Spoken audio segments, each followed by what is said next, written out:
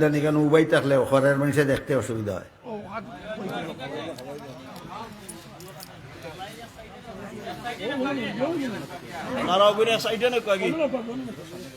আরো সাইডে না কি সাইড থেকে তো উঠবো, দূর থেকে একটা অফিস উঠবো, বাতি তো আছে, দূর থেকে উঠবো। আপনারা হরাইলে মানুষের দেখতে দেখবেন।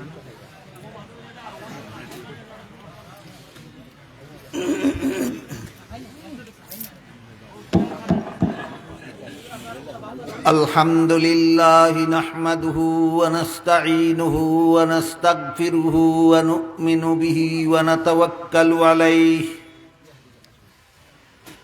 ونعوذ بالله من شرور أنفسنا ومن سيئات أعمالنا من يهده الله فلا مضل له ومن يضلله فلا هادي له ونشهد أن لا إله إلا الله وحده لا شريك له ونشهد أن سيدنا ونبينا ومولانا محمدا عبده ورسوله صلى الله تعالى عليه وعلى آله وأصحابه وبارك وسلم. أما بعد فأعوذ بالله من الشيطان الرجيم. بسم الله الرحمن الرحيم. وأن هذا صراطي مستقيما فاتبعوه ولا تتبعوا السبل فتفرق بكم عن سبيله ذلكم وصاكم به لعلكم تتقون. وقال رسول الله صلى الله عليه وسلم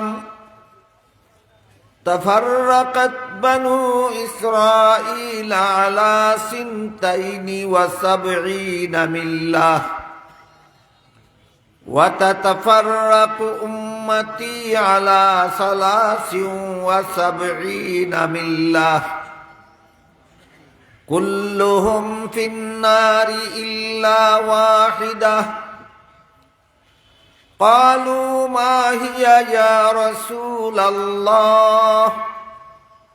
قال ما أنا عليه وأصحابي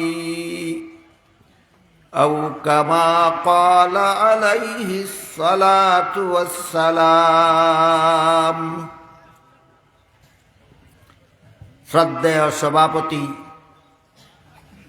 হযরত উলামায়ে কেরাম, সম্মানিত সুধী সমাজ, দূর দূরান্ত থেকে আগত সর্বস্তরের মুসলমান ভাইয়েরা আমার,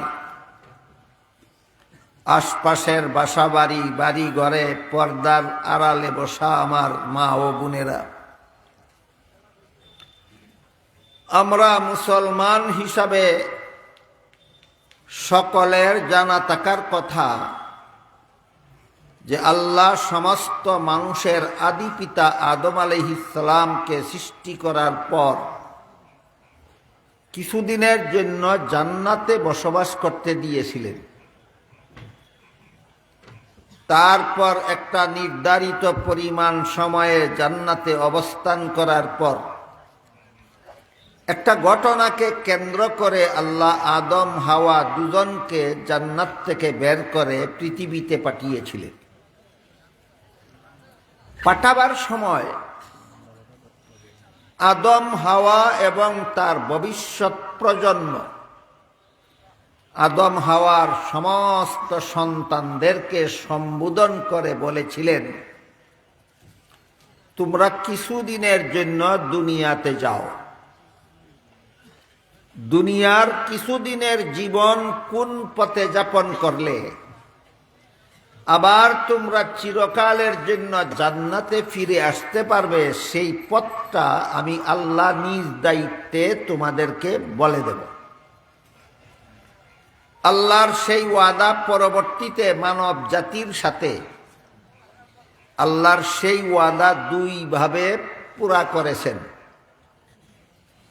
একটা পদ্ধতির নাম হলো কিতাবুল্লাহ, আর একটা পদ্ধতির নাম হলো রিজালুল্লাহ, অর্থাৎ শতাধিক আসমানি কিতাব নাজিল করে দুনিয়ার সমস্ত মানুষকে চিরকালের জন্য জান্নাতে যাওয়ার পথ প্রদর্শন করেছেন লিখিতভাবে,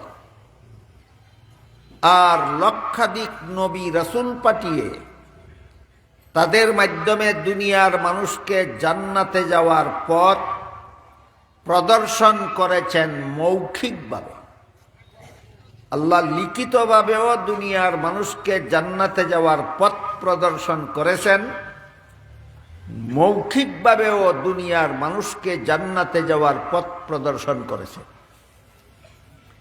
এই পথটাকে শতাধিক নবী রাসূলের মাধ্যমে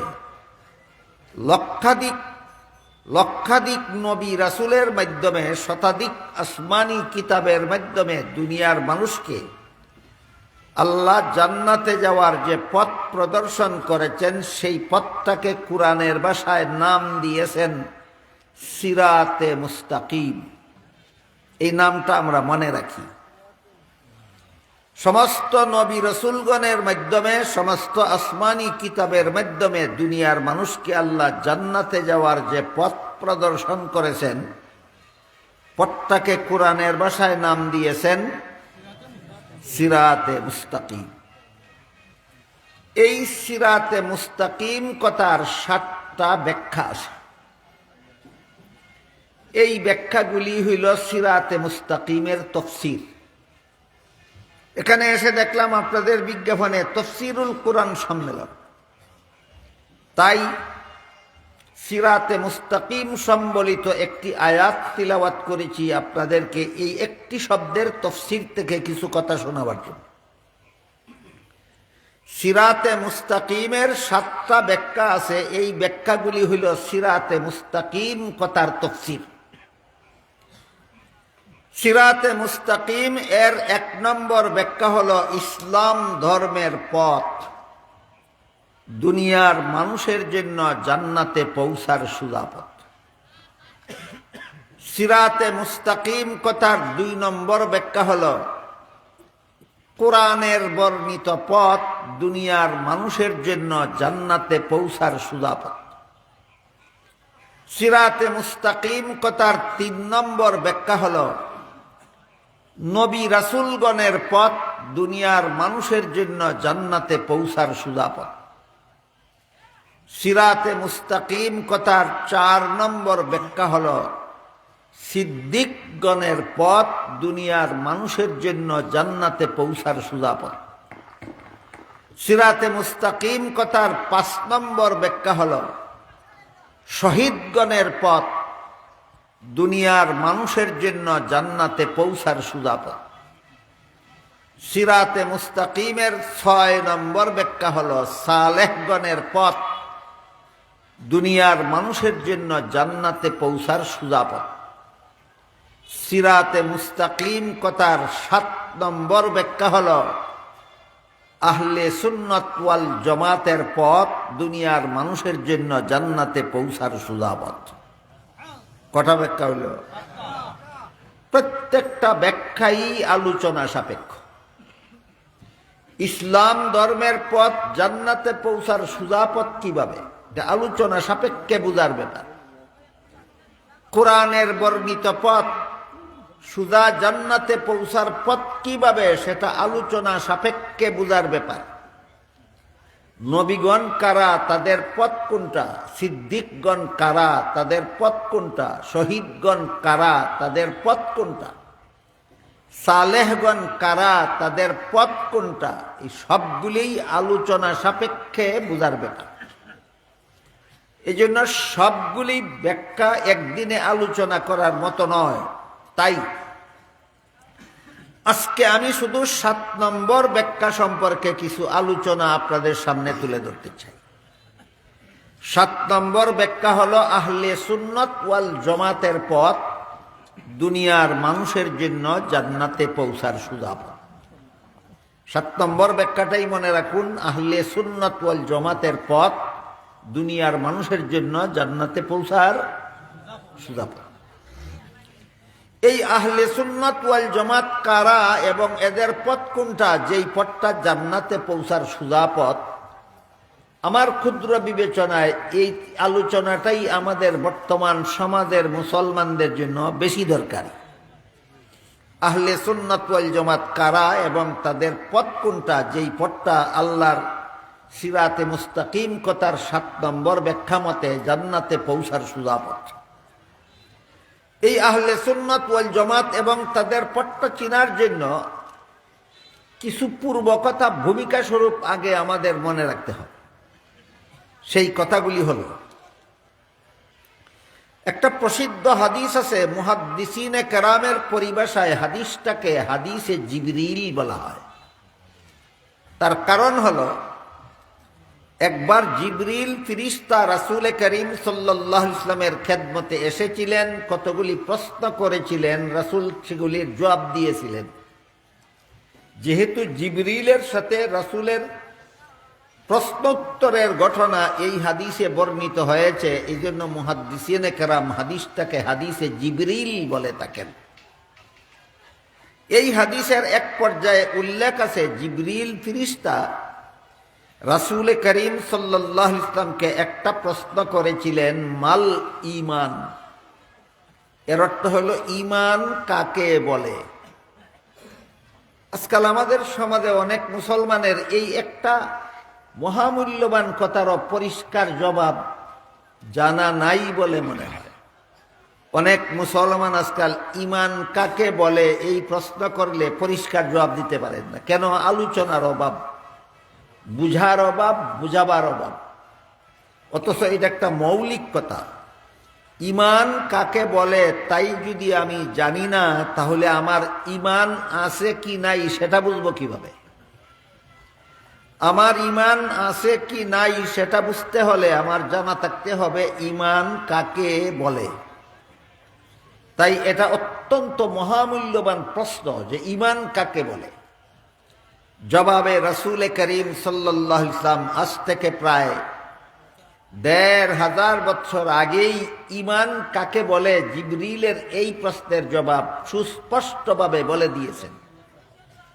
রাসূলের জবাবের সারমর্ম হল 6টা কথা বিশ্বাস করার নাম ঈমান। এটা আমরা মনে রাখি সবাই। জিবরিল জিজ্ঞাসা করলেন ঈমান কাকে বলে, জবাবে রাসূল বলেন 6টা কথা বিশ্বাস করার নাম ঈমান। 1 নম্বরে আল্লাহ বিশ্বাস করা, 2 নম্বরে ফিরিস্তা বিশ্বাস করা, 3 নম্বরে আসমানি কিতাব তথা কুরআন বিশ্বাস করা, 4 নম্বরে নবী রাসূল বিশ্বাস করা, 5 নম্বরে তকদীর বিশ্বাস করা, 6 নম্বরে পরকালের চিরস্থায়ী জীবন। পরকালকে যদি আলাদা একটা দফা আর পরকালের জীবনটাকে যদি আরেকটা দফা গণ্য করেন, তাহলে ঈমানের বিষয় হয় 7টা। আর পরকাল এবং চিরস্থায়ী জীবন দুইটাকে একটা দফা গণ্য করলে ঈমানের বিষয় হয় 6টা। এই জন্য আমি একত্রিতভাবে বলছি পরকালের চিরস্থায়ী জীবন। এই কথাগুলি আমরা মনে রাখি পরবর্তী কথাগুলি বোঝার জন্য। জিবরিল জিজ্ঞাসা করলেন ঈমান কাকে বলে, রাসূল বলে দিলেন 6টা কথা বিশ্বাস করার নাম ঈমান। 1 নম্বরে আল্লাহ বিশ্বাস, 2 নম্বরে ফিরিস্তা বিশ্বাস, 3 নম্বরে নবী রাসূল বিশ্বাস, 3 নম্বরে কোরআন বিশ্বাস, 4 নম্বরে নবী রাসূল বিশ্বাস, 5 নম্বরে তকদীর, 6 নম্বরে আখিরাতের চিরস্থায়ী জীবন। মেহেরবানি করে এই 6টা কথা মনে রাখি। আমরা যদি কেউ ভুলে যাই যে আমার নবী বলেছেন এই 6 কথা বিশ্বাস করার নাম ঈমান, যদি ভুলে যাই তাহলে 6 কথায় যখন আমার বিশ্বাস থাকবে না তখন আমার ঈমান থাকবে না, অথচ আমি টেরও পাবো না যে আমার ঈমান নাই। আমার ইমান আছে কি না এটা বোঝার জন্য 6 কথা বিশ্বাস করার নাম যে ইমান, সেই কথা মনে থাকতে হবে। আপনারা কি বুঝেন আমার কথা? বুঝে থাকলে বলুন তো, কত কথা বিশ্বাস করার নাম ইমান? 6 কথা।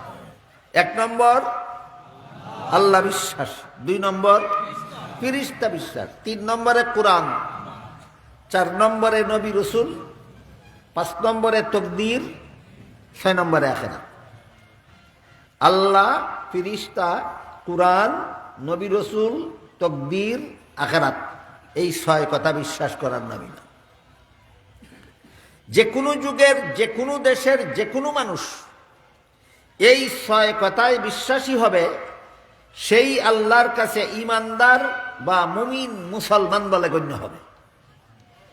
যে কোনো যুগের, যে কোনো দেশের, যে কোনো মানুষ এই 6 কথায় বিশ্বাসী হবে, সেই আল্লাহর কাছে ইমানদার বলে গণ্য হবে, মুমিন মুসলমান বলে গণ্য হবে। এতটুকু কথা যাদের জানা থাকে না, তারা অনেক সময় ইমানদারদেরকেও কাফির বলে ফেলে। কাদিয়ানির মতো বেঈমান কাফিরকেও মুসলমান বলতে চায়। কিছু মানুষ ইমানদারকে কাফির বলে কেন? কিছু মানুষ কাদিয়ানির মতো কাফিরকে ইমানদার বলতে চায় কেন? একমাত্র কারণ তার জানা নাই ইমান কাকে বলে। ইমানদারকে কাফির বলে কেন? জানা নাই ইমান কাকে বলে। কাফিরকে ইমানদার বলে কেন? জানে না ইমান কাকে বলে। এই জন্য আমরা যেন কখনো কোনো ইমানদারকে কাফির না বলি, আর কখনো কোনো কাফিরকে যেন ইমানদার না বলি। সাথে সাথে আমার ইমান আছে কি নাই সেটা যেন বুঝতে পারি। এই 3 শর্তে আমাদের মনে রাখতে হবে। 6 কথা বিশ্বাস করার নাম ইমান। 6 কথার কোনো কথা অমান্য করলেই আর ইমান থাকে না, কাফির হয়ে যায়। বুঝে থাকলে এবার একটু দয়া করে বলুন তো, আপনারা যারা বসে বসে কথা শুনতেছেন, আপনারা সবাই কি ইমানদার? কেমনে বুঝলেন? আপনি যে ইমানদার আপনি বুঝলেন কিভাবে? আমার নবী বলেছেন 6 কথা বিশ্বাস করলে ইমানদার হয়। আমি বিশ্বাস করি, কাজেই নিঃসন্দেহে আমি ইমানদার। আমি নিশ্চয়ই ইমানদার, আমি মুমিন, আমি মুসলমান। ব্যাপক অর্থে মুমিন আর মুসলমান একই অর্থ। বিশেষভাবে কোনো সময় মুমিনকে এক অর্থে আর মুসলমানকে আরেক অর্থে ব্যবহার করা হয়, কিন্তু ব্যাপকভাবে মুমিন বলতে যা বুঝায়, মুসলমান বলতে তাই বুঝায়। কাজেই আমরা যেহেতু রাসূলের বর্ণিত 6 কথা বিশ্বাস করি, তাই আমরা মুমিন, আমরা মুসলমান। এই ভূমিকাটা জানার পরে, বুঝার পরে যদি আমরা স্মরণ রাখি, তাহলে এর আলোকে ওই যে সিরাতে মুস্তাকিমের 7 নম্বর ব্যাখ্যা, আহলে সুন্নাত ওয়াল জামাতের পথ, আমাদের জন্য জান্নাতে পৌঁছার সোজা পথ, ওই বিষয়টা বোঝা এবার সহজ হবে। এ ব্যাপারে হাদিস শরীফে রাসূল করিম সাল্লাল্লাহু আলাইহি ওয়াসাল্লাম বলেন, ইহুদিরা ধর্ম নিয়ে দলাদলি করে 71 দলে বিভক্ত হয়েছিল। খ্রিস্টানেরা ধর্ম নিয়ে দলাদলি করে 72 দলে বিভক্ত হয়েছিল। আর আমার উম্মত, এখানে হাদিসের ব্যাখ্যাকারীগণের ব্যাখ্যার দ্বারা সাব্যস্ত হয়েছে, এখানে রাসূল আমার উম্মত বলতে আমাদের নবীর মুসলমান উম্মত বোঝানো হয়েছে। সারমর্ম হলো, আমার মুসলমান উম্মতেরা ধর্ম নিয়ে দলাদলি করে 73 দলে বিভক্ত হবে। ইহুদিরা হয়েছিল 71 দল, খ্রিস্টানেরা হয়েছিল 72 দল, আর মুসলমান হবে 73 দল। এই কথাটা মনে রাখি পরবর্তী কথাগুলি বোঝার জন্য। ইহুদিরা হয়েছিল কত দল? খ্রিস্টানেরা হয়েছিল কত দল? মুসলমান হবে কত দল? 73 দল।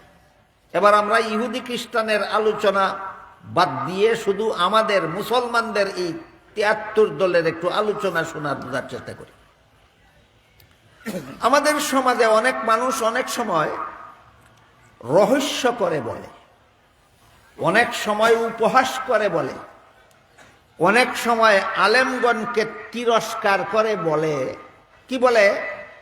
সব মুসলমানের আল্লাহ এক, সব মুসলমানের নবী এক, সব মুসলমানের কোরআন এক, সব মুসলমানের কলেমা এক, সব মুসলমানের কিবলা এক, তারপরও মুসলমানের এত দল কেন?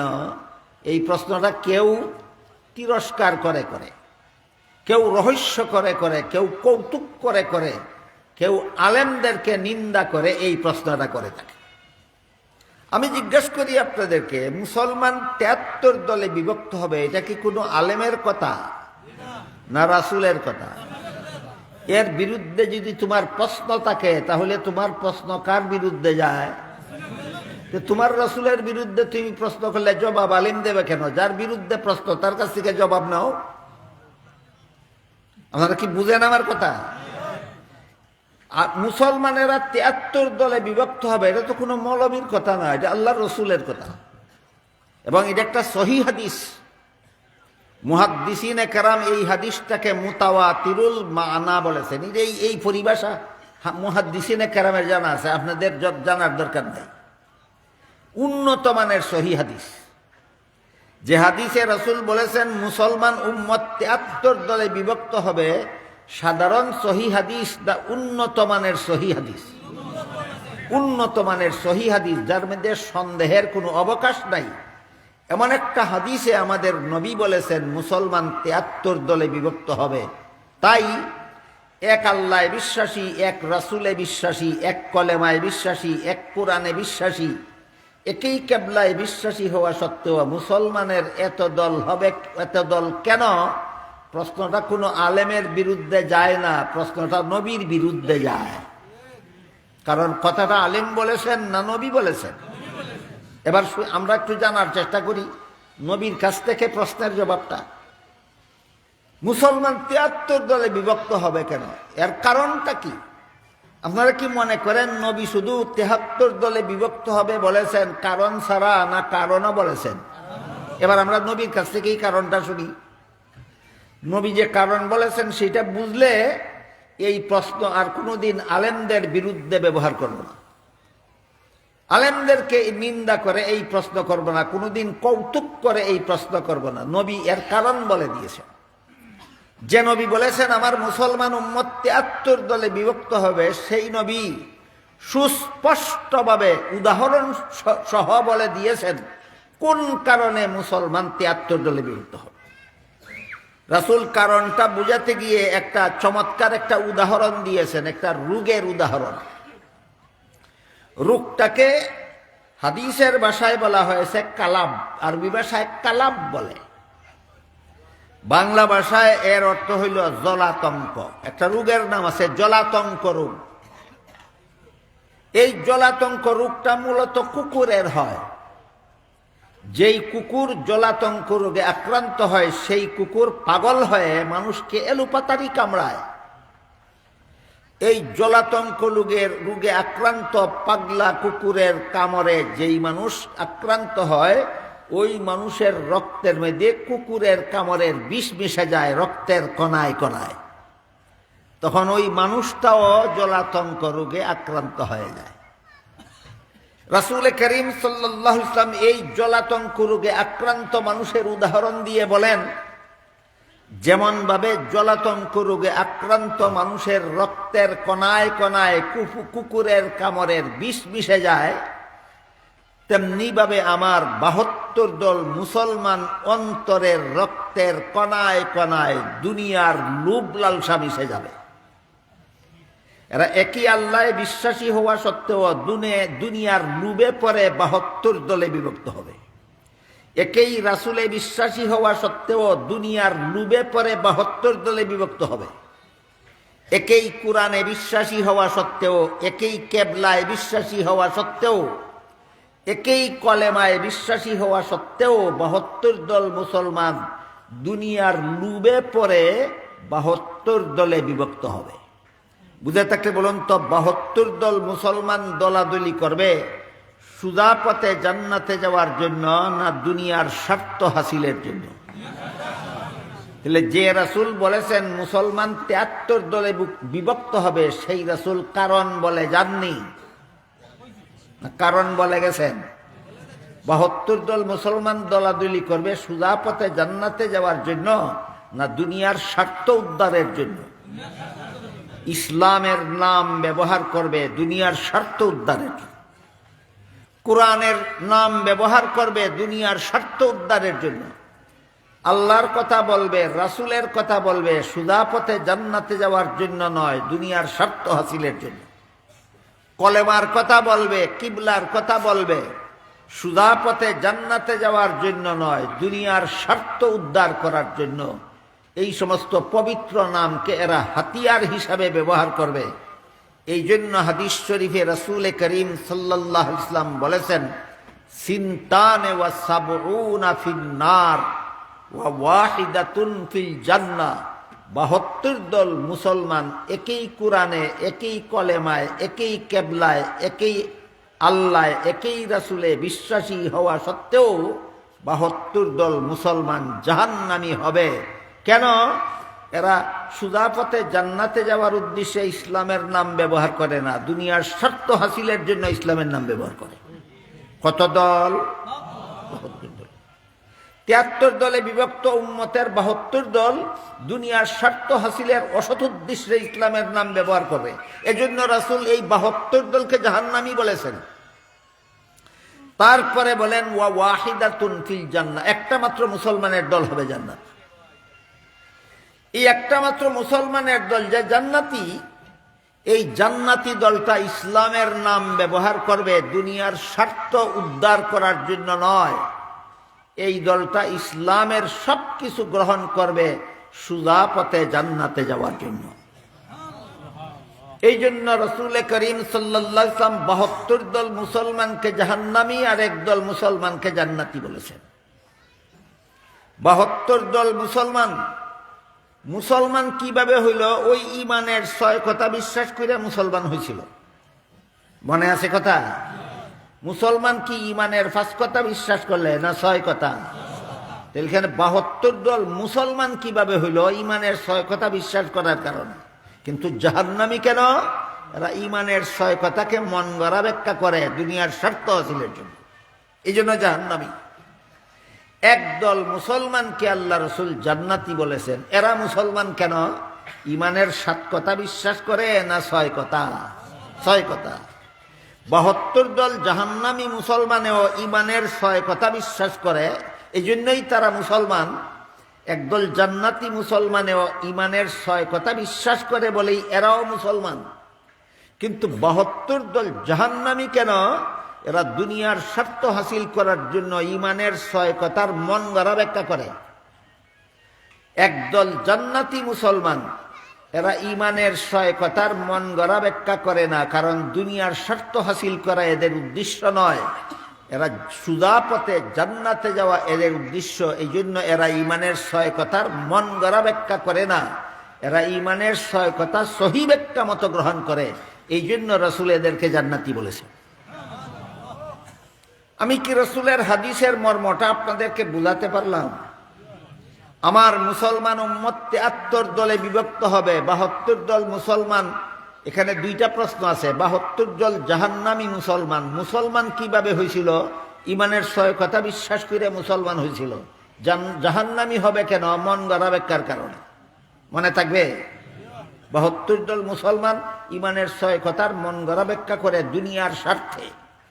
একদল মুসলমান, এরাও ইমানের 6 কথা বিশ্বাস করেই মুসলমান। এরা জান্নাতি কেন? এরা ইমানের 6 কথা মন গড়া ব্যাখ্যা করে না, এরা ইমানের 6 কথা সহি ব্যাখ্যা মতো গ্রহণ করে। এরা দুনিয়ার কোনো স্বার্থে নয়, সুজা পথে জান্নাতে যাওয়ার জন্য। এই জন্য এই দলটাকে আল্লাহ রাসূল জান্নাতি মুসলমান বলে আখ্যায়িত করেছেন। আমরা কি বুঝতে পারলাম 72 দল জাহান্নামী কেন আর একদল জান্নাতি কেন? 72 দল জাহান্নামী ইমানের 6 কথার মন গড়া ব্যাখ্যার কারণে, একদল মুসলমান জান্নাতি ইমানের 6 কথার সহি ব্যাখ্যা গ্রহণ করার কারণে। এবার প্রশ্ন জাগে কিনা, ইমানের 6 কথার সহি ব্যাখ্যা পাওয়া যায় কোথায়? জাগে কিনা? নাইলে আপনারা সহি ব্যাখ্যা মতো 6 কথা গ্রহণ করেছেন, না মন গড়া ব্যাখ্যা মতো বুঝবেন কিভাবে?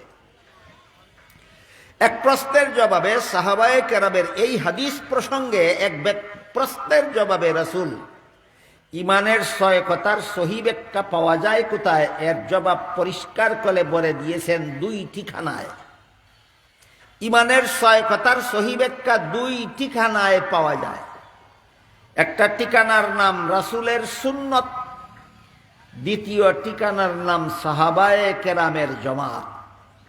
এই জন্য দলটার নাম আহলে সুন্নত ওয়াল জামাত।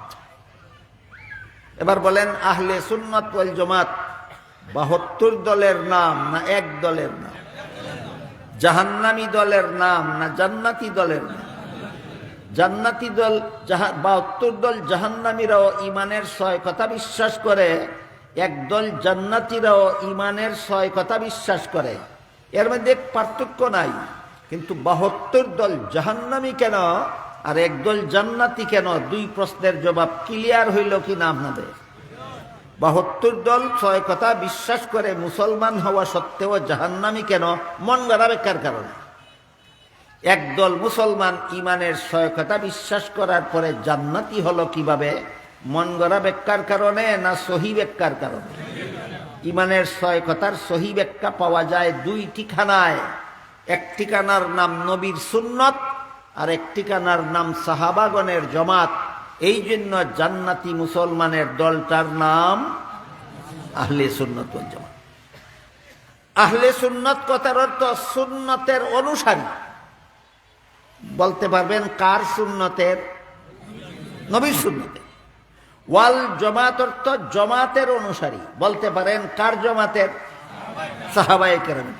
সুতরাং আহলে সুন্নত ওয়াল জামাত নামের অর্থই হইল আমি ইমানের 6 কথার সহি ব্যাখ্যার জন্য নবীর সুন্নতের অনুসারী, সাহাবায়ে কেরামের জমাতের অনুসারী।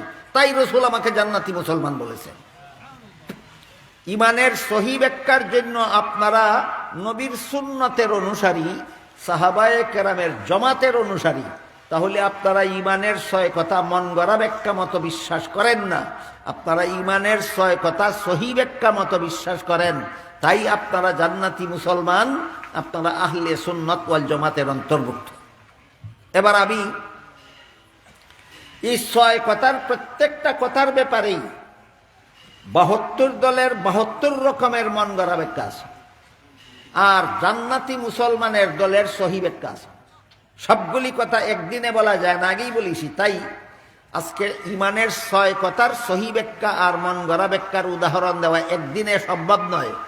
তাই আজকে ইমানের 6 কথার মধ্যে 2 কথার কিছু মন গড়া ব্যাখ্যা আর কিছু সহি ব্যাখ্যার উদাহরণ আমি আপনাদের সামনে তুলে ধরতে চাই।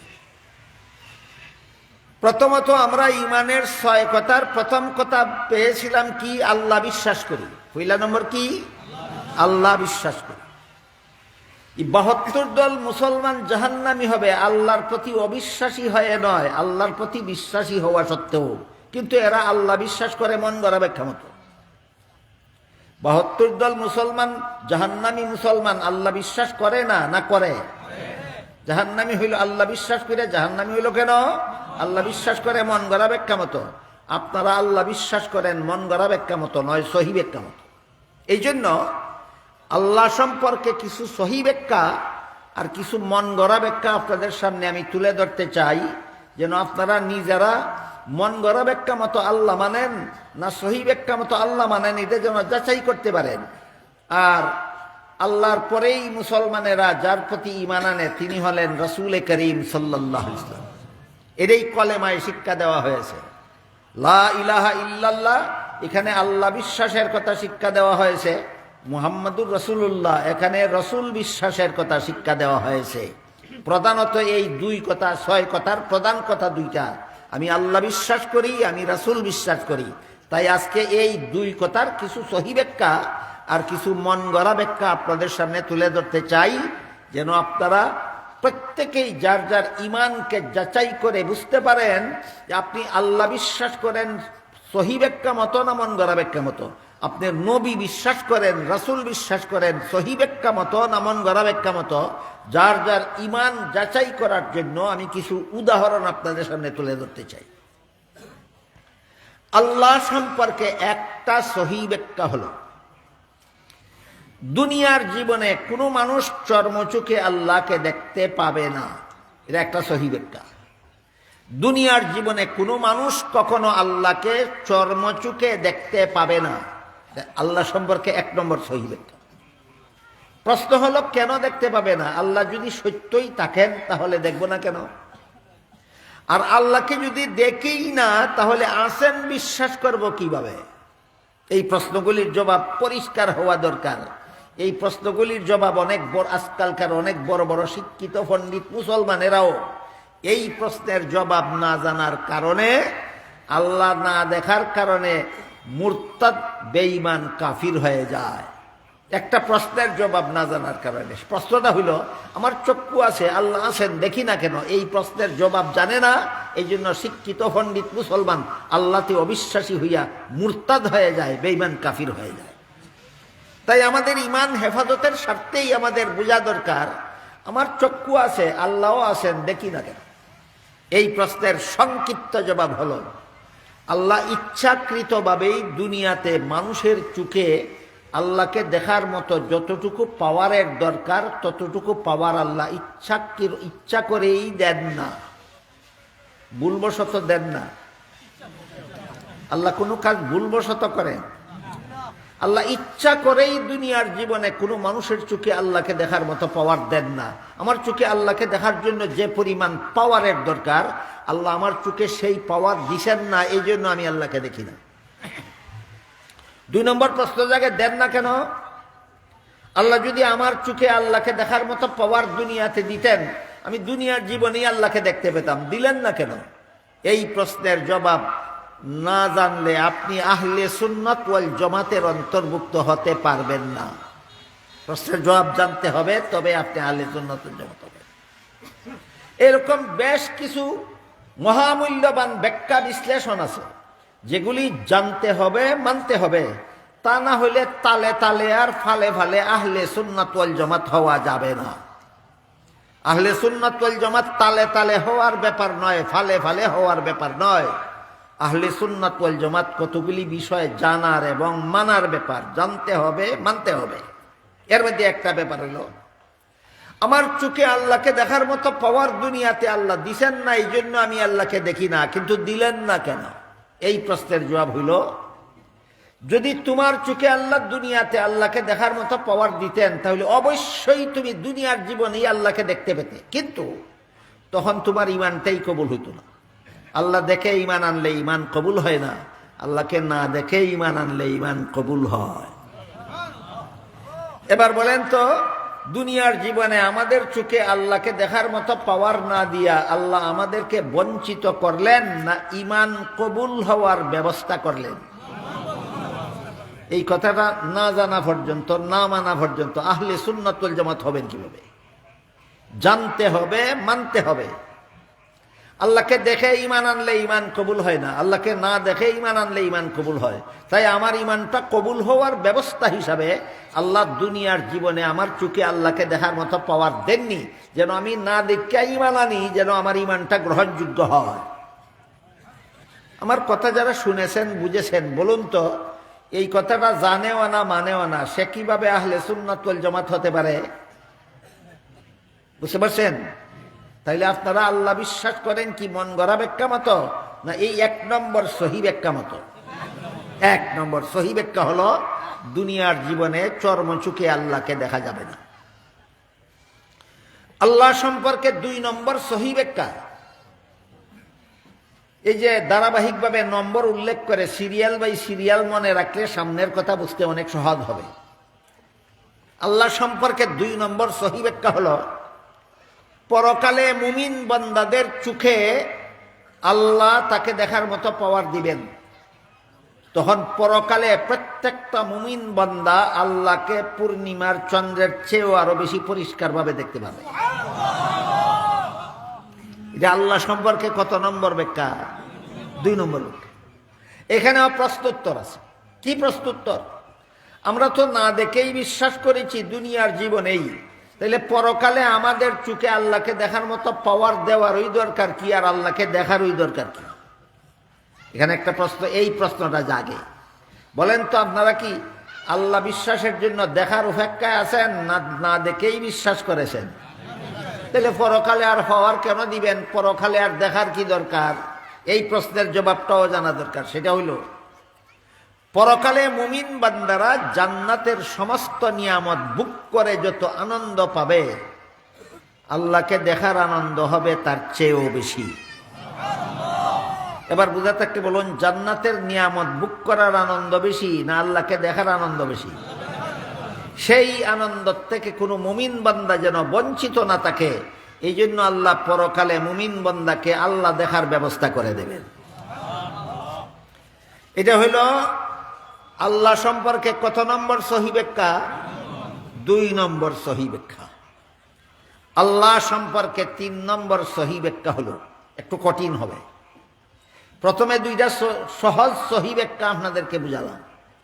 এখন একটা আল্লাহ সম্পর্কে 3 নম্বর সহি ব্যাখ্যাটা বুঝতে একটু কঠিন হবে, কিন্তু ইমানের বিষয় যতই কঠিন হোক, না বুঝলে তো আমার ইমান কোন দিকে চলে যাবে আমি টেরও পাবো না। এই জন্য নিজেদের ইমান হেফাজতের স্বার্থে আল্লাহ সম্পর্কে উল্লেখযোগ্য সহি ব্যাখ্যাগুলি সমস্ত মুমিন মুসলমানের জানা থাকা দরকার। তাই একটু কঠিন হলেও আমি আপনাদেরকে সাধ্যমতো সহজ করে বুঝাবার চেষ্টা করব। আপনারা শুধু একটু মনোযোগের সাথে শোনার বোঝার চেষ্টা করবেন। আল্লাহ সম্পর্কে 3 নম্বর সহি ব্যাখ্যা হলো, অতীতে এমন এক সময় ছিল যখন শুধু আল্লাহ ছিলেন, এছাড়া জগৎ বলতে আর কিছুই ছিল না। এটা জানেন কি না আপনারা? না জানেন না?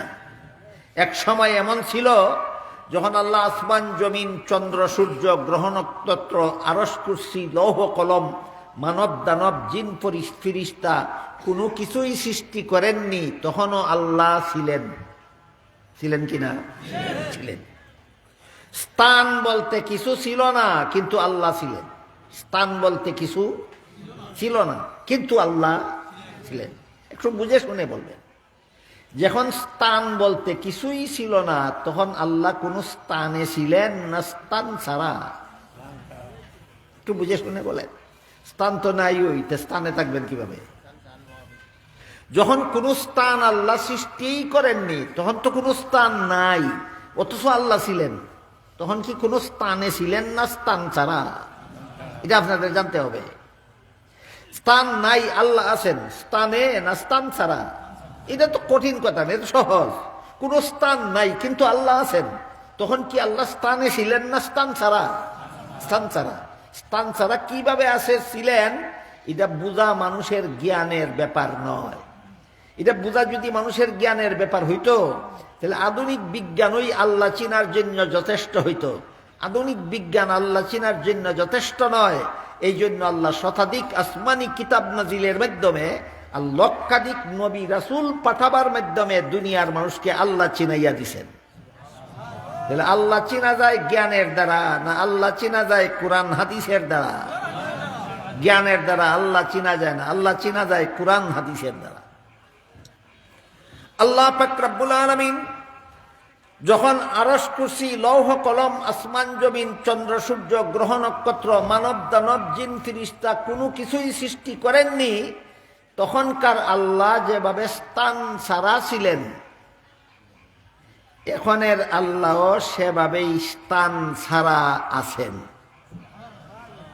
স্থান সৃষ্টি করার আগে যেভাবে আল্লাহ স্থান ছাড়া ছিলেন, স্থান সৃষ্টি করার পরেও আল্লাহ কোন স্থানে অবস্থান করেন না, আল্লাহ স্থান ছাড়াই অবস্থান করেন। এটা কিভাবে?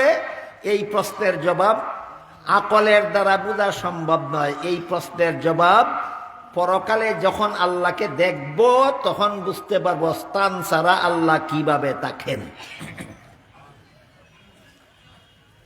এখন একটা প্রশ্ন হতে পারে যে এখন তো স্থান আছে, এখন আল্লাহ কোন স্থানে থাকেন না কেন? এখন তো জমিন আছে, জমিনে থাকেন না কেন? এখন তো আসমান আছে, এখন আসমানে থাকেন না কেন? এখন তো আরশ আছে, আরশে থাকেন না কেন? কারণ যে কোন স্থানে অবস্থান করে সে সেই স্থানের মুখাপেক্ষী হয়। কথা বুঝেন? বাংলা শব্দগুলি বুঝেন? মুখাপেক্ষী বুঝেন? মুখাপেক্ষী। আপনারা যারা বসা আছেন, কোন একটা স্থানে বসা আছেন কিনা? আপনার নিচের থেকে যদি হঠাৎ করে স্থানটা সরিয়ে ফেলা হয়, বসা থাকবেন না পড়ে যাবেন? তাহলে আপনি বসা থাকার জন্য স্থানটার মোকাবেক্ষী। এই কথাটা বুঝেন না? সামিয়াডাটা এই খুঁটির মাথায় বসানো আছে, সুতরাং সামিয়াডা টিকে থাকার জন্য খুঁটির মোকাবেক্ষী। খুঁটিটা জমিনে স্থাপন করা হয়েছে, খুঁটিটা দাঁড়ায় থাকার জন্য জমিনের মুখাপেক্ষী। জমিনটা স্থির থাকার জন্য বিজ্ঞানীদের ভাষায় উত্তর মেরু আর দক্ষিণ মেরু নামক দুইটা জিনিসের দ্বারা পৃথিবীটাকে একটা স্থানে আবদ্ধ করে রাখা হয়েছে। পৃথিবী তার অবস্থানের জন্য একটা সুনির্দিষ্ট স্থানের মুখাপেক্ষী। উদাহরণগুলির দ্বারা আমরা বুঝতে পারলাম যে কেউ যদি কোনো স্থানে অবস্থান করে, তাহলে যে যেই স্থানে অবস্থান করে সেই স্থানের মুখাপেক্ষী হয়। এতটুকু কথা বুঝলেন কিনা? দেখেন আমার সামনে যে মাউথ পিস আছে, মাউথ পিসটা টিকে আছে স্ট্যান্ডের মধ্যে থাকার কারণ। স্ট্যান্ড হইল তার স্থান, আর স্ট্যান্ডের মধ্যে মাউথ পিস অবস্থান করতেছে, এই জন্য টিকে আছে। মাউথ পিসটা জায়গায় রেখে স্ট্যান্ডটা সরাইয়ে ফেললে থাকবে না, পরে যাবে। স্ট্যান্ডটা টেবিলে আছে, টেবিল হলো স্ট্যান্ড থাকার স্থান। স্ট্যান্ডের নিচের থেকে টেবিল সরিয়ে ফেললে থাকবে না, পরে যাবে। টেবিল আছে মঞ্চের উপর, টেবিল মঞ্চের মুখাপেক্ষী, মঞ্চ সরাইয়ে ফেললে টেবিল পরে যাবে। মঞ্চ আছে জমিনের উপর, জমিন সরাইয়ে ফেললে মঞ্চ থাকবে না, পরে যাবে। সুতরাং কেউ যদি কোনো স্থানে অবস্থান করে, তাহলে সে ওই স্থানের মুখাপেক্ষী হয়। এই জন্য আল্লাহ কোনো স্থানে থাকেন না। কেন? আল্লাহ যদি কোনো স্থানে থাকেন, তাহলে আল্লাহকে ওই স্থানের মুখাপেক্ষী সাব্যস্ত করা হয়। অথচ আল্লাহ কোরআনে বলেন আল্লাহুস সামাদ, আল্লাহ অমুখাপেক্ষী। আল্লাহুস সামাদ আয়াতটা কোন সূরাতে পাইছেন আপনারা? কোরআনের কোন সূরাতে পাইছেন আল্লাহুস সামাদ? এই সামাদ শব্দের অর্থ অমুখাপেক্ষী। সামাদ শব্দের অর্থ অমুখাপেক্ষী। কাজেই আল্লাহ থাকার জন্য জমিনেরও মুখাপেক্ষী না, আল্লাহ থাকার জন্য আসমানেরও মুখাপেক্ষী না, আল্লাহ থাকার জন্য আরশেরও মুখাপেক্ষী না, আল্লাহ থাকার জন্য পাতালেরও মুখাপেক্ষী না। আরশ পাতাল সৃষ্টি করার আগে যেভাবে আল্লাহ স্থান ছাড়া ছিলেন, এইগুলি সৃষ্টি করার পরেও আল্লাহ স্থান ছাড়াই থাকেন। এটা হইল আল্লাহ সম্পর্কে 3 নম্বর সহি ব্যাখ্যা। আগেই বলেছিলাম একটু কঠিন হবে, তারপরও আমি আমার সাধ্য মতো আপনাকে বুঝাবার চেষ্টা করেছি। বুঝেছেন কিনা? বুঝে থাকলে বলেন তো, আল্লাহ কোন স্থানে অবস্থান করেন না স্থান ছাড়া? আল্লাহ সম্পর্কে 3 নম্বর সহি ব্যাখ্যা। 4 নম্বর সহি ব্যাখ্যা বলবো, যেন আপনারা যাচাই করতে পারেন যে আপনারা মন গড়া ব্যাখ্যা মতো আল্লাহ মানেন না সহি ব্যাখ্যা মতো আল্লাহ মানেন। হ্যাঁ, এটা যাচাই করতে হবে। আমি যদি সহি ব্যাখ্যা মতে আল্লাহ মানি, তখন আমি আহলে সুন্নাত ওয়াল জামাতের অন্তর্ভুক্ত সাব্যস্ত হব। আমি যদি আমার মন গড়া ব্যাখ্যা মতো আল্লাহ মানি, তাহলে প্রমাণ হয়ে যাবে আমি সহি ব্যাখ্যা মতো আল্লাহ মানি না, মন গড়া ব্যাখ্যা মতো আল্লাহ মানি, আমি আহলে সুন্নাত ওয়াল জামাতের অন্তর্ভুক্ত হতে পারি না। আল্লাহ সম্পর্কে 4 নম্বর সহি ব্যাখ্যাটাও একটু কঠিন হবে, এই জন্য একটু মনোযোগে বুঝতে হবে আপনাদের। আল্লাহ আমাকে যতটুকু তৌফিক দান করেন সেই অনুপাতে আমি আপনাদেরকে সহজ করে বুঝাবার চেষ্টা করব। কঠিন কথা সহজ করে বুঝানি চারটিখানি কথা নয়, যথেষ্ট পরিমাণ গবেষণা লাগে, যথেষ্ট পরিমাণ কিতাবাদি অধ্যয়ন করা লাগে, যথেষ্ট পরিমাণ শ্রম দিতে হয়। কিন্তু আপনাদের দয়া করে একটু মনোযোগের সাথে শোনার বুঝার চেষ্টা করতে হবে। আল্লাহ সম্পর্কে 4 নম্বর সহি ব্যাখ্যা বুঝার জন্য ধারাবাহিকভাবে বলতেছি, শুনুন। আল্লাহ কখনো কারো সাথে বিন্দু মাত্র অবিচার করেন না। আপনারা কি মনে করেন? আল্লাহ কখনো কারো সাথে বিন্দু মাত্র অবিচার করেন না। কেউ যদি মনে করে আল্লাহ মনে হয় অমুকের সাথে সামান্য একটু অবিচার করেছেন, সাথে সাথে কাফের হয়ে যাবে। সাথে সাথে আল্লাহ কেউ অবিচারী বিশ্বাস করলে মুমিন থাকে না, কাফের হইয়া যায়? কাফের হইয়া যায়। গেল একটা কথা। 2 নম্বর কথা হলো, আল্লাহ যদি শেষ বিচারের দিন, কিয়ামতের দিন কোনো বান্দার সাথে সুবিচার করেন, অবিচার তো করেনই না, যদি সুবিচার করেন, তাইলে তার জাহান্নামে যাওয়া ছাড়া রক্ষা নাই। আল্লাহ কোনো মানুষের সাথে কোনোদিন কোনো রকমের অবিচার তো করেনই না, কিন্তু কারো সাথে যদি আল্লাহ সুবিচার করেন তাহলে তার জাহান্নাম থেকে বাঁচার কোনো উপায় নাই। 3 নম্বর কথা হইল, তাইলে আমাদের মুক্তির পথ কোনটা? মুক্তির পথ আল্লাহর সুবিচার নয়। মুক্তির আহলে সুন্নাত ওয়াল জামাতের আকীদা হলো মুক্তির একমাত্র পথ হলো আল্লাহর দয়া। বলেন, আল্লাহর সুবিচারে মুক্তি হবে না আল্লাহর দয়ায় মুক্তি হবে? এই কথাটা রাসূল করিম সাল্লাল্লাহু আলাইহি ওয়াসাল্লাম বহু হাদিসে বলেছেন। মুসলিম শরীফের হাদিসেও আছে, বুখারী শরীফের হাদিসেও আছে, কিন্তু এই বুখারী মুসলিমের হাদিসে শর্টকাটে বলা হয়েছে। এইভাবে বললে আপনারা বুঝবেন না। মুস্তাদরাক নামক এক হাদিসের কিতাবে আল্লাহর রাসূল বিস্তারিতভাবে কথাটা বলেছেন। আমি সেই হাদিসের মর্মটা আপনাদের সামনে তুলে ধরি, যেন আপনারা এই কথাটা বুঝতে পারেন যে আল্লাহর দয়া ছাড়া কোনো বান্দা জাহান্নাম থেকে বাঁচতে পারবে না। কেন? আর আল্লাহর দয়াই যদি জাহান্নাম থেকে বাঁচতে হয় তাহলে আমরা নামাজ, রোজা, ইবাদত, বন্দেগী করি কেন? এগুলি কি জানার দরকার নাই? আল্লাহর দয়া ছাড়া জাহান্নাম থেকে বাঁচা যাবে না কেন? এটা একটা প্রশ্ন। এই প্রশ্নগুলির জবাব না জানলে আপনি আহলে সুন্নাত ওয়াল জামাতের অন্তর্ভুক্ত হতে পারবেন না। আপনি মন গড়া ব্যাখ্যা মতো আল্লাহ বিশ্বাস করবেন। বুঝে থাকলে বলুন তো, আহলে সুন্নাত ওয়াল জামাতের সহি ব্যাখ্যা মতো আল্লাহ বিশ্বাস করা এটা কি তালে তালে হয় না বুঝে শুনে হয়? এই জন্য আমরা বুঝে শুনে আহলে সুন্নাত ওয়াল জামাতের অন্তর্ভুক্ত হওয়ার জন্য এখানে 2টা প্রশ্নের জবাব বুঝতে হবে। 1 নম্বর হলো আল্লাহর দয়া ছাড়া জাহান্নাম থেকে বাঁচা যাবে না কেন? 2 নম্বর কথা হইল, তাহলে আল্লাহর দয়াই যদি জাহান্নাম থেকে বাঁচতে হয়, জান্নাত পেতে হয়, তাহলে নামাজ, রোজা, ইবাদত, বন্দেগী করি কেন? এই 2 প্রশ্নের জবাব অত্যন্ত গুরুত্বপূর্ণভাবে আমাদের বোঝা ব্যাপার। রাসূল করিম সাল্লাল্লাহু আলাইহি ওয়াসাল্লাম আল মুস্তাদরাক লিল হাকিম নামক বিখ্যাত হাদিসের কিতাবে এই প্রশ্নের বিস্তারিত জবাব দিয়েছেন। বিস্তারিত জবাব, এই জবাবটা আমি ধারাবাহিকভাবে আপনাদের শোনাই। আল্লাহ রসুল বলেন, বনি ইসরাইলের বংশের মধ্যে একটা লোক ছিল, একাধারে 500 বছর পর্যন্ত আল্লাহর নির্ভেজাল ইবাদত করেছিল। কেমন ইবাদত? নির্ভেজাল ইবাদত। আল্লাহর নির্ভেজাল ইবাদত এমন একটা কথা, সংক্ষেপে এটার ব্যাখ্যা কয়েক ঘন্টা পর্যন্ত না শুনলে আমি বুঝবই না যে আমার ইবাদতগুলি বেজাল না নির্ভেজাল। জীবনে যত ইবাদত করি এগুলি বেজাল না নির্ভেজাল বুঝারই উপায় নাই। নির্ভেজাল ইবাদতের ব্যাখ্যা কয়েক ঘন্টা পর্যন্ত না শোনা পর্যন্ত। ওইটা আমার আজকের আলোচ্য বিষয় নয়, জন্য আমি সেদিকে যাচ্ছি না।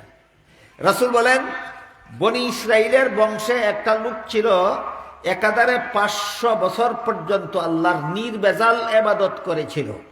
তার ইবাদতের বিবরণ দিয়ে আল্লাহ রাসূল বলেন, অনেক সময় মানুষের সমাজে বাস করলে সমাজের মানুষের ডিস্টার্বের কারণে নির্ভেজাল ইবাদত করা যায় না।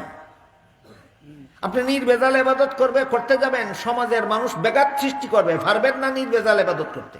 যেমন আপনি মসজিদে গেলেন জমাতে নামাজ পড়তে, বলেন তো মসজিদে গিয়া জমাতে নামাজ পড়ার নাম কি ভেজাল ইবাদত না নির্ভেজাল? এই নির্ভেজাল একটা ইবাদত করতে গেলেন মসজিদে জমাতে নামাজ পড়ার জন্য, পকেটে ফিরে মোবাইল সেট নিয়ে গেলেন মসজিদের ভিতরে। মসজিদে ঢোকার সময় মোবাইলটা অফও করলেন না, সাইলেন্টও করলেন না। এমন বুদ্ধিমান মুসল্লি কি আছে সমাজে? মসজিদে ঢোকার সময় পকেটের মোবাইলটা অফও করে না, সাইলেন্টও করে না। এই অবস্থায় ঢুকে, এটা বুদ্ধিমানের কাজ নয়, চরম বুকার কাজ। মসজিদে ঢুকার সময় মোবাইল অফ না কইরা, সাইলেন্ট না কইরা মসজিদে ঢুকা, আপনারা কি মনে করেন বুদ্ধিমানের কাজ না চরম বুকার কাজ? কেতনা বড় বুকা ফাঁকে এই ঘটনা বলি, তারপরে বাকি ঘটনা বলি শুনেন। যেই লোকে এই মোবাইল আবিষ্কার করেছিল, আবিষ্কারের পরে সারা দুনিয়াতে মোবাইল চালু হওয়ার 1 বছর পরে বৎসর পূর্তি উপলক্ষে একটা সেমিনার করেছিল। সেই সেমিনারে মোবাইলের আবিষ্কারক নাচতে লাগলো নর্তকীদের মতো। লোকেরা জিজ্ঞাসা করলো, তুমি মোবাইল আবিষ্কার করেছো, সারা দুনিয়াতে মোবাইল চালু হয়েছে, 1 বছর পূর্তি উপলক্ষে তুমি সেমিনার করেছো আনন্দ করার জন্য, ভালো কথা, নাচো কেন? সে বলে নাচার কারণ হইল আমি এমন একটা কাজ করতে সক্ষম হয়েছি যেই কাজ দুনিয়ার কোনো বেদিন কাফির মুসলমানের বিরুদ্ধে করতে পারেনি। লোকেরা জিজ্ঞেস করলো সেই কাজটা কি?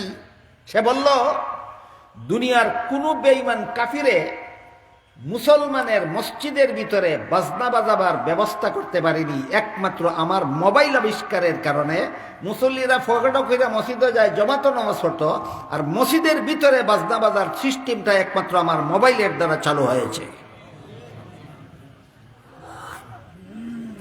এই কাহিনীটা শুনলে বলুন তো, যেই বুদ্ধিমানে মসজিদে ঢুকে জমাতে নামাজ পড়তো অথচ মোবাইলটা অফও করে না, সাইলেন্টও করে না, কেতনা বড় বুদ্ধিমান! এই লোকটার গাঢ় হারাই দিয়ে সেই লোকে মুসলমানের মসজিদের ভিতরে হারাম বাজনা বাজাবার ব্যবস্থা চালু করতে পেরেছে। মোবাইল আবিষ্কারক মুসলমানের মসজিদের ভিতরে হারাম বাজনা বাজাবার ব্যবস্থা চালু করতে পারত যদি আমরা মোবাইল সাইলেন্ট করে মসজিদে ঢুকতাম? পারত? তাহলে এই বেঈমানে আমাদের মসজিদের ভিতরে বাজনা বাজাবার সিস্টেমটা চালু করতে পেরেছে কার কারণে? আমি যে মোবাইল সাইলেন্ট করে ঢুকি না, আমার কারণে। বিষয়টা কি আপনাদেরকে বোঝাতে পারলাম? এইবার আপনি গেলেন মসজিদে নির্বেজালে ইবাদত করতে, মোবাইল নিলেনই না সাথে করে, যে দাঁড়াইলেন মসজিদে নামাজের কাতারে, আপনার ডাইনের লোকের পকেটও বারবার রিং আসে, বাজনা বাজতে থাকে, আপনার বাম সাইটের লোকের কারণে লোকের পকেটও রিং আসে বাজনা বাজতে থাকে। নিয়ত বান্দার পর থেকে সালাম ফিরাবার আগ পর্যন্ত ডাইনে বায়ে সামনে পিছে সব কাতারের মুসল্লিদের পকেটে বাজনা বাজতেই থাকে, বাজতেই থাকে, বাজতেই থাকে। পারলেন কি নির্বেজাল নামাজটা পড়তে? আমি কি বুঝাতে পারলাম? সমাজে অনেক সময় সমাজের মানুষের বোকামির কারণে, সমাজের মানুষের আম্মকির কারণে একজনে নির্বেজাল ইবাদত করতে চাইলেও এই সমস্ত আম্মকদের কারণে নির্বেজাল ইবাদত করতে পারে না। এবার হাদিসের ঘটনা বলি। আল্লাহ রসুল বলেন, বনি ইসরাইলের বংশের সেই 500 বছর ইবাদত করেওয়ালা লোকটা সমাজের কেউ যেন তার নির্বেজাল ইবাদতে বিঘ্নতা ঘটাতে না পারে, তাই সে সমাজ ছেড়ে দিয়ে, লোকালয় ছেড়ে দিয়ে সাগরের মধ্যে একটা দ্বীপে গেল আল্লাহর ইবাদত করার জন্য, যেখানে কোনো মানুষ নাই, পশু নাই, বাড়িঘর নাই, দোকানপাট নাই, খাদ্য নাই, পানীয় নাই, এরম নির্জন দ্বীপে গেল আল্লাহর ইবাদত করতে। কেন? সমাজের কোনো মানুষ যেন তার ইবাদতে ডিস্টার্ব করতে না পারে। এখন দ্বীপে তো খাওয়ার কিছু নাই, খাবে কিভাবে? রাসূল বলেন আল্লাহর কুদরতে সেই দ্বীপের মধ্যে একটা ডালিম গাছ সৃষ্টি করে দিলেন। এরপর যখন তার পানির পিপাসা হলো, সাগরের লুনা পানি তো পান করা যায় না, পানি পাবে কোথায়? রাসূল বলেন আল্লাহর কুদরতি ব্যবস্থায় ওই দ্বীপের মধ্যে আঙ্গুলের মতো ছিদ্র করে একটা মিঠা পানির ঝরনা সৃষ্টি করে দিলেন। খিদা লাগলে গাছ থেকে একটা ডালিম পেড়ে খায়, খিদা নিবারণ হয়ে যায়। পিপাসা হলে ঝরনার পানি পান করে পিপাসা নিবারণ হয়ে যায়। আর বাকি সময় দিন রাত সে আল্লাহর ইবাদতে লিপ্ত থাকে। এই অবস্থায় লোকটা, রাসূল বলেন, একাধারে 500 বছর পর্যন্ত আল্লাহর ইবাদত করেছিল। মরণের আগে সে আল্লাহর কাছে দোয়া করেছিল, হে আল্লাহ, আমার জীবনের শেষ সেজদার মধ্যে যেন আমার মরণ হয়, আর মরণের পরে আমার লাশটা যেন জমিন খেতে না পারে, আমার লাশটা যেন অক্ষত থাকে। তার দোয়াটাও আল্লাহ কবুল করেছেন। রাসূল বলেন ওই লোকটার জীবনের শেষ সেজদার মধ্যেই মরণ হয়েছে, এবং মরণের পরে সেজদার মধ্যেই তার লাশটা মাটির নিচে আছে। কিয়ামতের দিনের সেজদার থেকেই জীবিত হয়ে হাসরের মাঠে দাঁড়াবে। তার আমল নামায় 500 বছরের ইবাদতের সওয়াব লেখা আছে, গুনাহ একটাও নাই। তার আমল নামায় কত দিনের ইবাদতের সওয়াব? বেজাল ইবাদত না নির্বেজাল? এবং গুনাহ একটাও নাই। রাসূল বলেন এই অবস্থায় আল্লাহ একজন ফিরিস্তাকে বলবেন, ও ফিরিস্তা, আমার এই বান্দা 500 বছর পর্যন্ত আমার নির্বেজাল ইবাদত করেছে, গুনাহ একটাও নাই, তুমি এই বান্দাকে আমার দয়ায় জান্নাতে পৌঁছে দাও। রাসূল বলেন যেই আল্লাহ বলবেন আমার দয়ায় জান্নাতে পৌঁছে দাও, তখন এই লোকটা হাসরের মাঠে আল্লাহকে জিজ্ঞাসা করবে, আল্লাহ, তোমার দয়ায় যদি আমার জান্নাতে যেতে হয় তাহলে 500 বছর ইবাদত করলাম কেন? দেখেন মূল কথা আসলো কিনা। রাসূল বলেন এই বান্দার প্রশ্নের জবাব না দিয়া আল্লাহ আবারও ফিরিস্তাকে বলবেন, ফিরিস্তা আমার দয়ায় তাকে জান্নাতে পৌঁছে দাও। বান্দা আবারও জিজ্ঞেস করবে আল্লাহকে হাসরের মাঠে, ও আল্লাহ, তোমার দয়ায় যদি আমার জান্নাতে যেতে হয় তাহলে আমার 500 বছরের ইবাদত গেল কোথায়? 2 বার রিপিট করার পরে আল্লাহ বলবেন, ঠিক আছে, তুমি যদি তোমার ইবাদত বন্দেগীর হিসাব নিকাশ করে জান্নাতে যেতে চাও, আমার আপত্তি নাই, হিসাব মিলাও। এই বলে আল্লাহ হাসরের মাঠে এই বান্দার সাথে ইবাদতের হিসাব নিকাশ শুরু করবেন। আল্লাহ বলবেন, ঠিক আছে, সর্বপ্রথম তোমার 2টা চোখের হিসাব হোক। সর্বপ্রথম কিসের হিসাব? চোখের হিসাব। আল্লাহ বলবেন, বলো তো, আমি যখন তোমাকে তোমার মায়ের গর্ভে জন্ম দিয়ে পাঠিয়েছিলাম, তখন যদি আমি আল্লাহ দয়া করে তোমাকে এই জগৎটা দেখার মতো 2টা চক্ষু না দিতাম, তাহলে তোমার 500 বছরের ইবাদতের বিনিময়ে কোথায় এমন 2টি চক্ষু কিনতে পাওয়া যেত? ওই লোকে কি জবাব দিল পরে বলবো, আপনারা কি জবাব দেন বলেন। আল্লাহ যদি আমাকে আমার মায়ের গর্ভে জন্ম দেওয়ার সময় 2টা চক্ষু না দিতেন, আমার সারা জিন্দগির বন্দেগীর বিনিময়ে এমন 2টা চক্ষু কিনতে পাওয়া যেত? বান্দা বলবে, না আল্লাহ, দয়া করে যদি আমাকে 2টা চক্ষু আপনি না দিতেন, 500 বছরের ইবাদতের দ্বারা এমন 2টা চক্ষু কোথাও কিনতে পাওয়া যায় না। তখন আল্লাহ জিজ্ঞাসা করবেন, তাইলে তুই বল, তোর 500 বছরের ইবাদতের দ্বারা আমার জান্নাতের মূল্য হওয়া দূরের কথা, আমার দেওয়া 2টি চোখের মূল্য কি হয়? বান্দা বলবে, না আল্লাহ, সুবিচার করলে হয় না। এই দেখেন সুবিচার, মনে আছে কথা? বান্দা বলবে, আল্লাহ, সুবিচার করলে হয় না। 500 বছরের ইবাদতের বিনিময়ে এমন 2টা চক্ষু জগতের কোথাও কিনতে পাওয়া যায় না। সুতরাং আমার 500 বছরের ইবাদতের দ্বারা তোমার দেওয়া 2টা চোখের মূল্য হয় না। আল্লাহ বলবেন, তুই তো স্বীকার করলে হয় না, আমি আল্লাহ মেনে নিলাম, হইছে, আমি তোর 500 বছরের ইবাদত গ্রহণ করলাম আমার দেওয়া 2টি চোখের মূল্য হিসাবে। এবার বল, আমার দেওয়া 2টি কানের মূল্য দিবে কে? এবার বল, আমার দেওয়া 2টি হাতের মূল্য দিবে কে? এবার বল, আমার দেওয়া 2টি পায়ের মূল্য দিবে কে? এবার বল, আমার দেওয়া 20টা আঙ্গুলের মূল্য দিবে কে?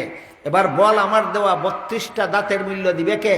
এবার বল, আমার দেওয়া ডালিম গাছের 500 বছরে কত লক্ষ ডালিম খাইছিলে সেইগুলির মূল্য দিবে কে? আমার মিঠা পানির ঝরনা থেকে 500 বছরে কত লক্ষ গ্লাস পানি পান করছিলে সেইগুলির মূল্য দিবে কে? রাসূল বলেন, এই প্রশ্নগুলি করার পরে বান্দা কোনো জবাব দিতে পারবে না, নিরুত্তর হয়ে যাবে। তখন আল্লাহ আগের ফিরিস্তাকেই বলবেন, এই ফিরিস্তা, এই বান্দা আমার ঋণ পরিশোধ করতে পারে না, একে জাহান্নামে নিয়ে যা। রাসূল বলেন, আল্লাহর হুকুম পাওয়া মাত্রই ফিরিস্তা ওই 500 বছরের নির্বেজাল ইবাদতকারী বান্দা, যার একটা গুনাহ নাই, তারে হেসরাইয়া জাহান্নামের দিকে নিয়ে রওনা হবেন। তখন বান্দা চিৎকার দিয়ে বলবে, আল্লাহ, সুবিচারের দরকার নাই, দয়া করেই দিয়া দাও। এত কঠিন বিষয়টা রাসূল কি সহজ করে বুঝালেন উম্মতকে? বুঝাইছেন না? আল্লাহ যদি সুবিচার করেন তাইলে তোমার ইবাদতের দ্বারা জাহান্নাম থেকে বাঁচতে পারবে না। আল্লাহ যদি সুবিচার করেন তাইলে তুমি জান্নাতে যেতে পারবে না। জাহান্নাম থেকে বাঁচতেও হবে আল্লাহর দয়ায়, জান্নাতে যেতেও হবে আল্লাহর দয়ায়। যে আল্লাহ সম্পর্কে 4 নম্বর সহি ব্যাখ্যা। আল্লাহ সম্পর্কে 4 নম্বর সহি ব্যাখ্যা। এখন 2 নম্বর প্রশ্ন বাকি রইল, তাইলে নামাজ রোজা করি কেন? মনে আছে? আল্লাহর দয়ায় যেতে হবে কেন? এই প্রশ্নের জবাব আলোচনা হইল এতক্ষণ। এই প্রশ্ন এবং জবাব যদি জানেন না, আপনি কিছুতেই আহলে সুন্নাত ওয়াল জামাত হতে পারবেন না। আমার সারা জিন্দেগির বন্দেগির দ্বারা জান্নাতের মূল্য হবে দূরের কথা, আল্লাহর দেওয়া 2টি চোখের মূল্যই হয় না। এই কথা জানতে হবে, মানতে হবে, নাইলে আপনি কখনো আহলে সুন্নাত ওয়াল জামাত হতে পারেন না। কথাগুলি বুঝেছেন? যারা শুনেছেন, বুঝেছেন, তো দয়া করে বলুন, আহলে সুন্নাত ওয়াল জামাত তালে তালে আর ফালে ফালেই হওয়া যায় না, বুঝে শুনে হতে হয়?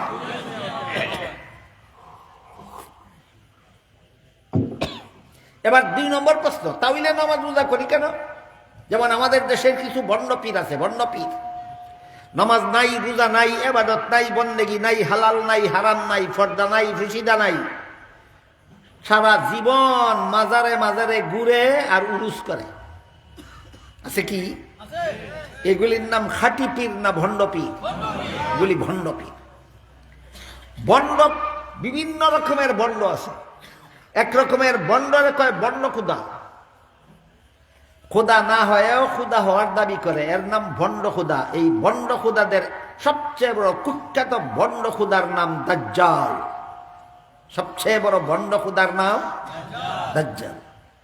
আরেক প্রকারের বন্ড আছে, এরা বন্ড খুদা না, বন্ড নবী। নবী না হয়েও নবী হওয়ার দাবি করে, এর নাম ভণ্ড নবী। এমন একটা কুখ্যাত বন্ড নবীর নাম গোলাম আহমদ কাদিয়ানী। আর কতগুলি লোক পীর না হয়েও পীর দাবি করে, এগুলির নাম ভণ্ড পীর। ভণ্ড খুদা, ভণ্ড নবী, ভণ্ড পীর। আর কিছু লোক আহলে সুন্নাত ওয়াল জামাত না হয়েও সুন্নি দাবি করে, এরা বন্ড সুন্নি। এই বন্ড খুদা কারে কয়, বন্ড নবী কারে কয়, বন্ড পীর কারে কয়, বন্ড সুন্নি কারে কয়, পরিষ্কারভাবে আলোচনা হয় না। এই জন্য আমার সমাজের সরল মুসলমান জানে না। ইমান হেফাজতের স্বার্থে জানতে হবে।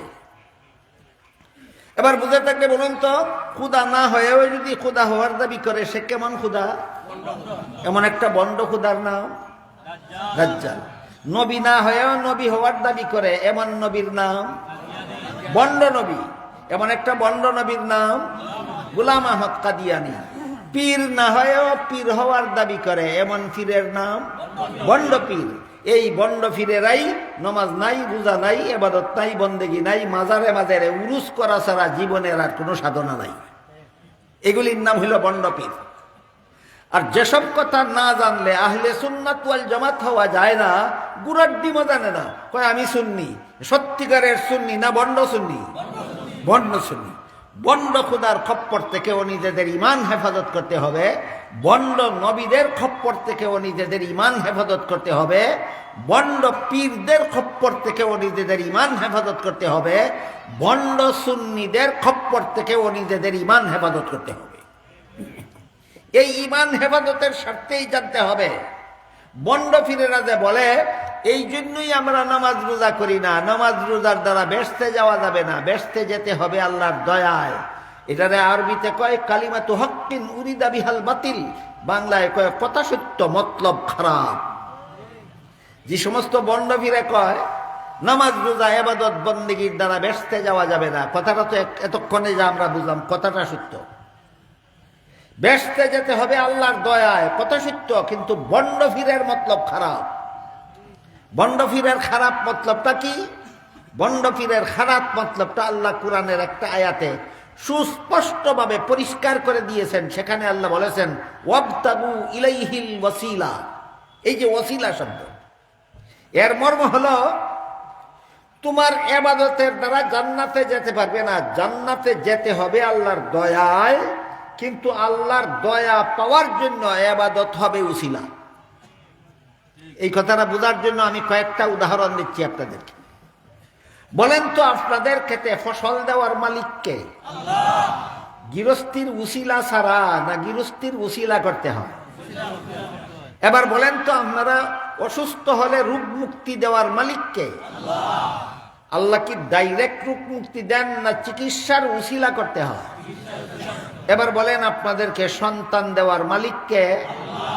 তাহলে সন্তান এমনিই দিবেন না বিয়ার উসিলা করতে হয়? ঠিক তেমনি ভাবে দয়া করার মালিক আল্লাহ, ইবাদতের উসিলা করতে হয়। কেউ যদি বিয়ার উসিলা